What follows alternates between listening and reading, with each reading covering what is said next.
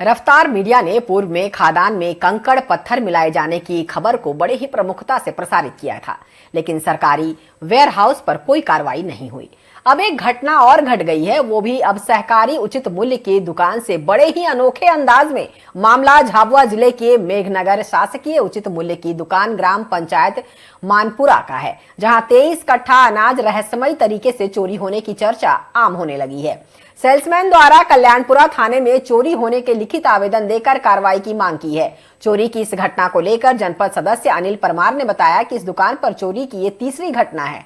हर बार इस रहस्यमयी तरीके से चोरी हो जाती है और जनपद सदस्य ने बताया कि वेंटिलेशन जो काफी ऊंचाई पर है, आखिर चोर 50 किलो का गेहूं, चावल, शक्कर का कट्टा यहां से कैसे पार कर सकता है। स्थानीय लोगों का कहना है कि पुलिस और अधिकारी केवल खानापूर्ति कर रहे हैं। सर, मेरा नाम है अमित मुनिया, मैं निवासी हीरापुर का हूँ और सहायक विक्रेता हूँ। यह समूह शासकीय उचित मूल्य दुकान मानपुरा। आपकी उचित मूल्य की दुकान से कितने कट्टे चोरी? सर, टोटल गेहूं के कट्टे 54 थे, यानी कि 54। उसमें से 15 कट्टे निकल चुके हैं। तो इसकी है कि अपने यहाँ से जो अनाज का गोदाम है उसमें से कुछ कट्टे चोरी हो गए यूं करके मेरे को फोन लगाया गया। तो इनके द्वारा ये बोला गया कि अपन एफआईआर करवाते हैं। मैंने कहा बिना प्रूफ के कैसे एफआईआर करेंगे, एक बार तुम काउंसलिंग कर लो कि अपने वास्तविक कितने कट्टे गए, उसके बाद अपन पुलिस वालों को सूचना दे देंगे। तो फिर इन्होंने काउंसलिंग करके बताया कि इतने इतने कट्टे चले गए।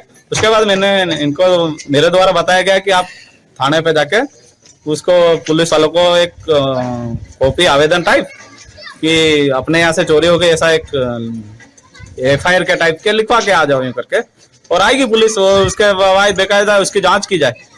सर, ये तीसरी घटना है। हर बार यहाँ से जैसे अनाज चोरी होने की घटना इनके द्वारा बोली गई, मतलब सेल्समैन द्वारा हर बार बोला गया है। ये तीसरी बार है ना अमित?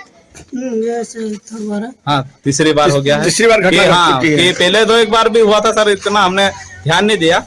हर बार चोर पता नहीं कहाँ से ले जाता है, ऐसा कैसा चोर आता है, आज तक रहस्य बना ला कि अनाज जाता है तो जाता कैसे, ना तो ताला टूटता है, ना दरवाजा टूटता है, ना खिड़की टूटती है, हर बार वेंटिलेशन ही टूटता है, वहीं से अनाज गायब होता है। द्वारा मुझे अवगत कराया गया था कि सर आपने यहाँ चोरी हुई है और 23 कट्टे बाहर निकले हैं। तो मेरे द्वारा उनको बताया गया कि आप इसकी पुलिस में एफआईआर दर्ज करवाएं और एक आवेदन हमें दें ताकि हम आपको माल नागरिक आपूर्ति निगम से लेकर आपको दिलवा सकें, ताकि हितग्राहियों को इसका वितरण किया जाए। सर, अभी तक क्या कार्रवाई की गई? अभी तक उनके द्वारा आवेदन दिया हुआ है पुलिस स्टेशन में, ये बताया गया विक्रेता द्वारा, किंतु एफआईआर अभी दर्ज नहीं हुई। आपका शुभ नाम सर? संजय पाटिल, प्रभारी जिला आपूर्ति। इनका कहना बिल्कुल सही है कि ना ताले टूटे और ना ही दरवाजे टूटे तो फिर ये चोरी कैसे संभव है। चलिए, इस पर ज्यादा जानकारी के लिए हमारे साथ जुड़ चुके हैं हमारे कंसल्टिंग एडिटर साबिर मंसूरी। साबिर, इस छोटे से वेंटिलेशन से खादान की बोरियां गायब हुई है, इसका खुलासा कैसे हुआ? देखो, अब एक वो कहते हैं ना कि छोटा सा बिल्कुल जगह है और ये चावल और उसकी बोरी का कम से कम 50 किलो वजन की रहती है और इसका आकार रहता है कम से कम 3-3.5 फीट और वेंटिलेशन 1.5 से 2 फीट का, और एक जो इसका वजन रहता है 50 किलो पर इतना 12-13 फीट की ऊंचाई तो वेंटिलेशन दिख रहा है। चोर उस बोझ को लेके कैसे ऊपर जाएगा? सबसे बड़ी आश्चर्य की बात तो एक ही है।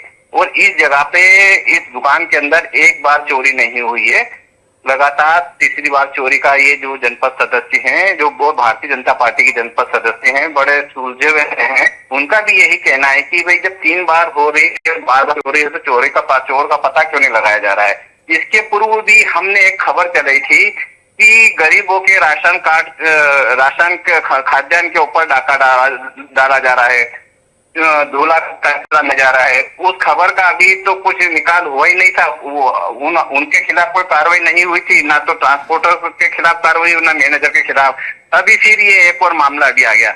आखिर झाबुआ जिला जो आपकी आदिवासी बाहुल्य जिला है, इस जिले के अंदर गरीबों के राशन पे कब तक डाका डाला जाएगा? और ये जो मामला है साबिर, ये तीसरी बार हुआ है।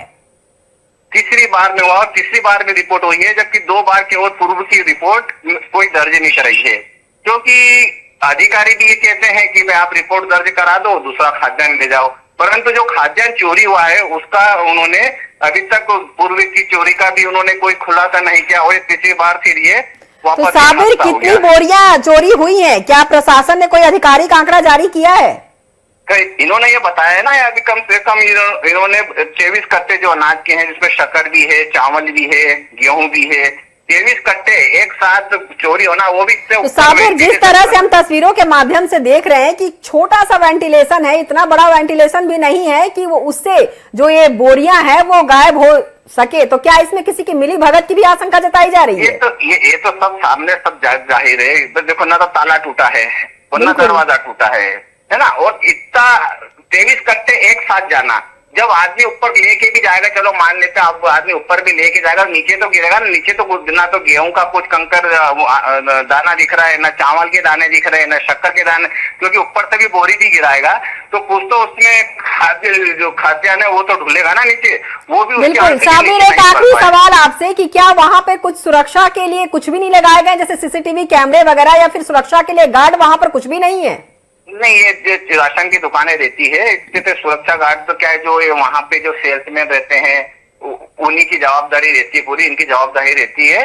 और ग्रामीण इलाका है वो, ग्रामीण इलाकों के आसपास भी घर रहते हैं, वो कोई ऐसा तो है नहीं कि कोई वो एकदम सुनसान एरिया है, उसके आसपास भी घर है, सभी दूसरे स्कूल वगैरह भी आसपास होते होंगे वहाँ पे, और उसके बाद ग्रामीणों के घर हैं और रोड चालू है, और उसके बाद इतनी बड़ी घटना होना कोई ये मामूली बात तो है नहीं, क्योंकि ये देखने में आया, ये घटना बहुत से सवालिया निशान खड़े कर रही है साबिर। और ये एक बात है ना कि इतनी, ये जो घटना है तीसरी बार इस तरह की घटना हुई है और इसे किसी ने देखा नहीं, किसी को इसकी कोई जानकारी नहीं है, ये अपने आप में एक बहुत बड़ा सवाल खड़ा करता है। जी चलिए, तमाम जानकारियों के लिए आपका बहुत बहुत शुक्रिया।